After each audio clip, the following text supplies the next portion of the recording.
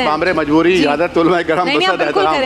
मैं ये अर्ज़ करता हूँ, देखिए ये जो अभी आपने सवाल किया ये आया कहाँ से? मौलाना ने कहा कि ये मोबाइल के करिश्मे हैं जी। देखिए जो हीले इख्तियार की जाती हैं इसीलिए, एक बंदा है जिससे आम नमाजें नहीं पढ़ी जा रही, फ़र्ज़ नमाजें, यानी ज़ोहर की 4, असर की 4, मगरिब की 3, इशा की 4 नहीं पढ़ पा रहा, और अगर वो शिया है तो वो ज़ोहरैन और मगरिबैन में भी सुस्ती और कोताही का मुज़ाहरा कर रहा है।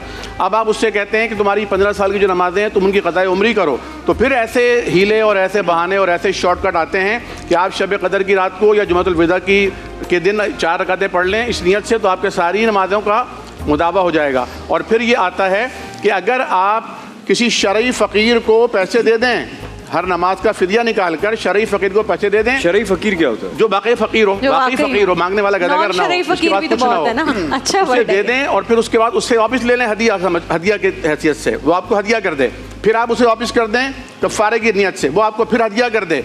इस उलट फेर में आपकी सारी नमाजों का कफ़ारा अदा हो जाएगा।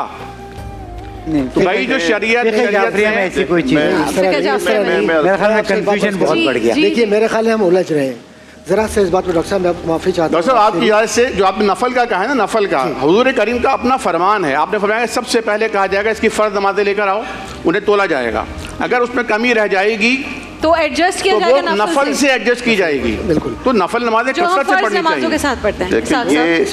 ये अपने मक्तब फ़िक्र के हवाले से बिल्कुल दुरुस्त बात फरमा रहे हैं, ठीक है। हमारे यहाँ सारे हजरात के यहाँ फ़र्ज़ नमाज की क़ज़ा है। अब वो 15 साल की क़ज़ा कैसे पढ़ेगा?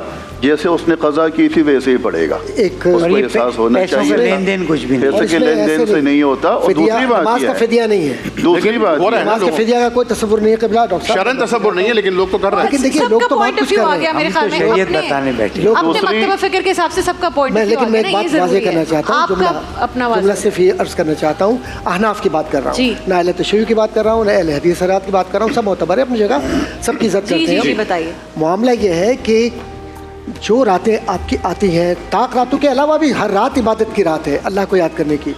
बुजुर्गान दीन ने भी, और बुजुर्गान दीन में ख़ास तौर पर इमाम आज़म अबू हनीफ़ा ने और क़ाज़ी अबू यूसुफ़ ने इस पर बहुत कुछ लिखा है नमाज पर, और फ़िक़्ह अकबर में तौहीद से लेकर नमाज तक सारे मसाइल मौजूद हैं। जवाब दे दें शॉर्ट में जी क़िबला, अगर आप इजाज़त दें मैं बात पूरी करूँ। जी बिल्कुल, बड़ी मेहरबानी आपकी। तो इसमें असल बात यह है कि उन्होंने किन की मुताबियत की? उन्होंने मुताबित की ताबईन की, उन्होंने मुताबित की सहाबा कराम की, और ये ताबईन जो है वो ये कहते हैं कि जो रातें आपको इबादत की मिलती हैं किसी ना किसी तरह से इसमें आप जुड़ जाइए और अल्लाह की बारगाह में सजदा सुजूद हो जाए ताकि आपके गुनाह माफ़ हो। लेकिन आप कह रहे हैं कज़ा होगी ना, वो वाला पॉइंट आ गया। जो नमाज आपकी छूट गई है वो आपने कज़ा पढ़नी ही पड़नी, बिल्कुल पढ़ेंगे, वो पढ़नी है, लेकिन जो इख्तलाफ है वो क़ज़ाए उम्री पर है। जो 15 साल की उम्र है नमाज़ें उस पर इख्तलाफ है, जो छूटी हैं उस पर तो पढ़नी है। जो क़ज़ाए उम्री भी है उस पर, जो अगर वो किसी ने नहीं पढ़ी तो वो कैसे पूरी होगी? वो पढ़ के ही पूरी होगी। वो तौबा से पूरी होगी, हमारे यहाँ तौबा से पूरी होगी। तौबा से वो सारी जो खत्म हो जाएंगी। तौबा से तो बड़े से बड़ा गुनाह माफ हो जाता है ना। असल में जब आपने फरमाया कि नमाज छोड़ना कुफ्र है, तो ईमान लाने के बाद तो सारे गुनाह माफ हो जाए। मेरे ख्याल में आप पढ़ना नहीं चाहते हैं, तभी बार बार उन्हें से